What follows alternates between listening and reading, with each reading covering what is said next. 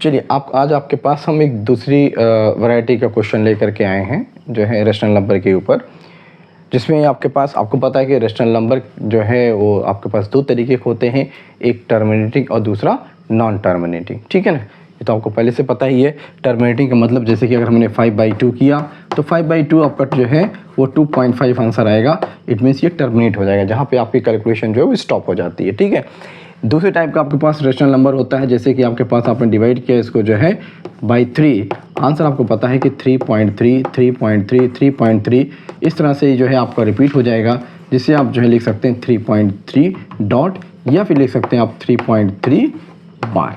ठीक है, इसको आप बोलते हैं जो है रेशनल नंबर, यानी कि डेसिमल रेशनल नंबर टर्मिनेटिंग है, और इसे आप बोलते हैं जो है आपका नॉन टर्मिनेटिंग है, यानी कि रिपीटिंग और रिकरिंग है। ठीक है, तो ये तो खैर आपको पहले से पता ही है, लेकिन क्वेश्चन कभी कभी ऐसा आपके पास आएगा कि आपके पास डेसिमल्स दिए होंगे, जो है रिपीटिंग डेसिमल्स, यानी कि जो है फ्रैक्शन के फॉर्म में होंगे रेशनल नंबर, उनको कन्वर्ट करना होगा रेशनल नंबर में कि किस तरह का उनका रेशनल नंबर होगा, वो हम डिस्कस करने की कोशिश करते हैं यहाँ पे। ठीक है ना, सो ऐसे तो इसको सॉल्व करने के लिए फॉर्मूला भी है, सॉल्व करने के लिए अलजेब्रिक मेथड भी है। हम आपको वो सिंपलेस्ट वे बताते हैं, क्योंकि इसमें बहुत बड़ा जो है गेम ऐसा नहीं है कि आपको बहुत ज़्यादा इसमें दिमाग लगाना है। आपको बस सिंपल कॉन्सेप्ट आपको याद करना है कि जो है जो आप पहले से करते आ रहे हैं कि अगर मैंने आपको मान लीजिए दिया है 4.7, ठीक है, ये एक डेसिमल फ्रैक्शन है।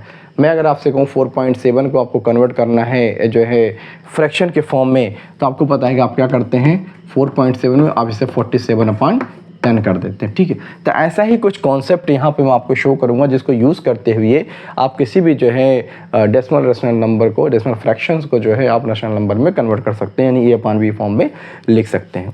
एग्जाम्पल के लिए जैसे मैंने मान लीजिए चूज़ किया 2.315, ठीक है ना, और ये आपका यहाँ पे मैंने बार लगा दिया, यानी कि 15 ये क्या है आपका, ये 15 जो है आपका वो रिपीटिंग डिजिट्स है। ठीक है, इसको कन्वर्ट करना है आपको जो है रेशनल नंबर के फॉर्म में। तो देखिए कैसे करते हैं, बहुत बेसिक सा कॉन्सेप्ट है।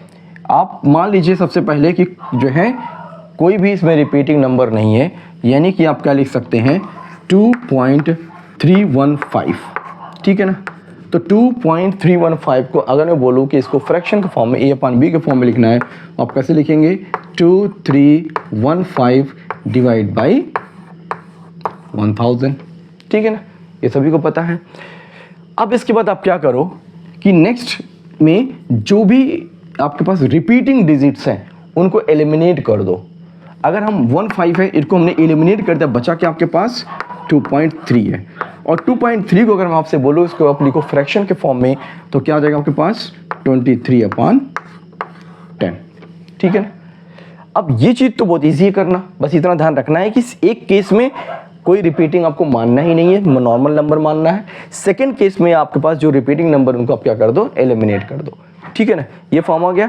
अब इसके बाद क्या करना, इनको यूज़ कैसे करना है, तो ये आपके पास नंबर है तो ये इक्वल टू, यानी कि ये जो चीज़ आपको समझने के लिए होगी, मैंने आपको समझाया, लेकिन जरूरी नहीं कि इसको इस तरह शो करो, डायरेक्ट आप इसको यहाँ पे आंसर लिख सकते हो।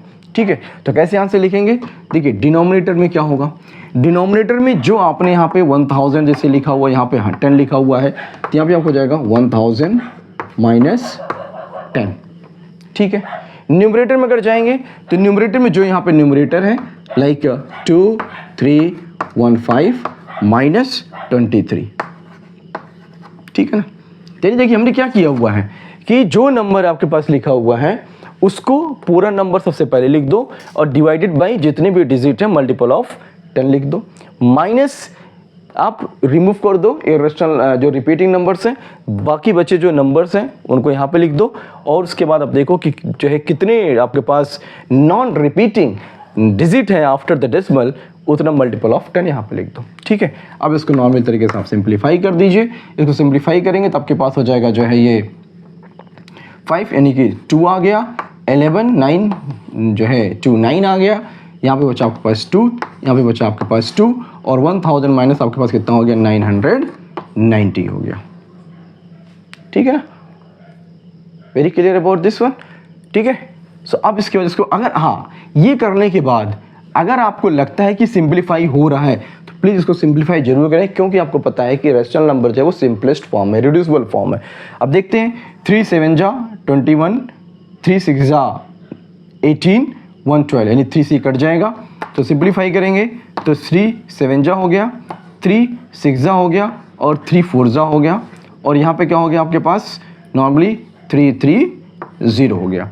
ऐसे ही रेशनल नंबर है, 2 से भी सिंप्लीफाई कर सकते जब तक, लेकिन अगर 3 से हो रहा है तो ठीक है, हम 3 से कर सकते हैं इसको। अब 3 से नहीं होगा तो 2 से डिवाइड करने की कोशिश करते हैं, से हो जाएगा 2 3 जा, 2 8 जा, 2 2 जा, और यहाँ पर हो जाएगा 2 1 जा, 2 6 जा और 2 5 जा, ठीक है ना। और मेरे ख्याल से शायद अब आगे डिवाइड आपके जो है अब ये सिंप्लीफाई नहीं होंगे, क्योंकि 3 1 जा है, 3 2 जा 6 हो जाएगा, 2 20, ठीक है ना। सो अब ये किसी नंबर से यहाँ पे क्या होगा सिंप्लीफाई नहीं होगा, तो 382/165 ये क्या हो गया, ये आपके पास जो है वो रेशनल नंबर के फॉर्म में हो गया, ठीक है।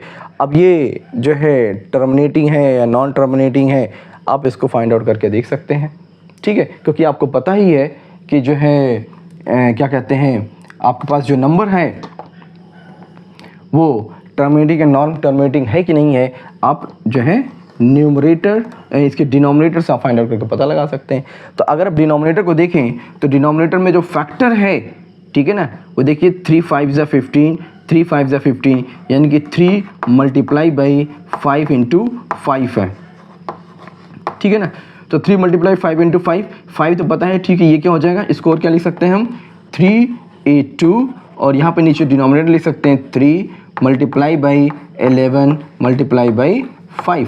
तो अब देखिए ये दो नंबर आपके पास वो जो है अलग के फैक्टर्स हैं, क्योंकि आपको पता है कि अगर आपके पास कोई भी अगर आपके पास रेशनल नंबर है 2 टू द पावर m और 5 टू द पावर n के फॉर्म में, यानी कि केवल डिनोमिनेटर में 2 और अगर 5 अगर आपके पास फैक्टर्स हैं तो वो हमेशा आपका टर्मिनेटिंग होगा। इनके अलावा अगर कोई भी फैक्टर आ जाता है तो नॉन टर्मिनेटिंग होगा, ठीक है ना। तो अब देखिए यहाँ पे 3 5 आ गए, इसके मतलब कि ये नॉन टर्मिनेटिंग तो है ही है, और प्लस ये जो है क्या है रिपीटिंग है, यानी रिकरिंग रेशनल नंबर है, जो कि आपको यहाँ पे दिख रहा है, आप इसे वेरीफाई कर सकते हैं। तो ये वैरायटी क्वेश्चन है, तो बहुत बेसिक कॉन्सेप्ट इसे ध्यान रखिए कि जो है आपको फॉर्मूले पे ज़्यादा परेशान नहीं होना, ना तो बहुत ज़्यादा अलजेब्रिक मेथड लगाना सॉल्व करने के लिए। सिंपली आपसे आएगा कि शो करो कि this is what is the rational number of this particular decimal fraction. तो सिंपली आप इसको जो है फॉर्मूला जैसे मैंने बताया कि कैसे इसको सॉल्व करना है, बहुत ईजी तरीके से आप इसे सॉल्व कर सकते हैं। तो इस तरह के कोई भी क्वेश्चन आप उठा के प्रैक्टिस कर ले, किसी भी तरीके का क्वेश्चन आप उठा लीजिए, आप इजिली इसको सॉल्व कर सकते हैं, ठीक है ना। जैसे कि अगर मान लीजिए आपके पास कोई नंबर आ जाता है, ठीक है ना, 1.23 और ये आपके पास लास्ट के डिजिट यहाँ पर रिपीटिंग है। अगर आपको इसको कन्वर्ट करना है तो क्या करेंगे, जैसा मैंने क्या कहा, पहले पूरा नंबर ले लीजिए 123 माइनस, अब चूंकि पता है कि दोनों नंबर जो है रिपीटेड है डिजिट्स, इनको हटा दीजिए, बचा क्या 1 लिख दो यहाँ पे, ठीक है ना। अब इसके बाद 123 है, तो अपन मैंने क्या कहा था, जितने भी डिजिट हैं उसका मल्टीपल यहाँ पे, तो 2 डिजिट है, यानी कि क्या हो जाएगा आपका 100 माइनस अकेला नंबर 1 है। अगर यहाँ पे अकेला 23 होता तो 23/10 नहीं होता, 23/1 ही होता। तो इसी तरीके से यहाँ पे क्या है 1 अकेला है तो 1/1 ही रहेगा, यानी यहाँ पे क्या हो जाएगा -1 हो जाएगा, ठीक है। ये क्या हो जाएगा 122 डिवाइडेड बाई क्या हो जाएगा 99। अब देखिए ये डिविजिबल है नहीं जो है किसी चीज़ से, तो ये क्या हो गया आपका ये रेशनल नंबर के फॉर्म में आ गया, ठीक है।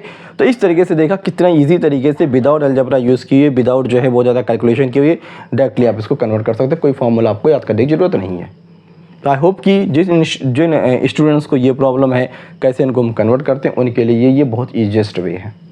Okay, thank you.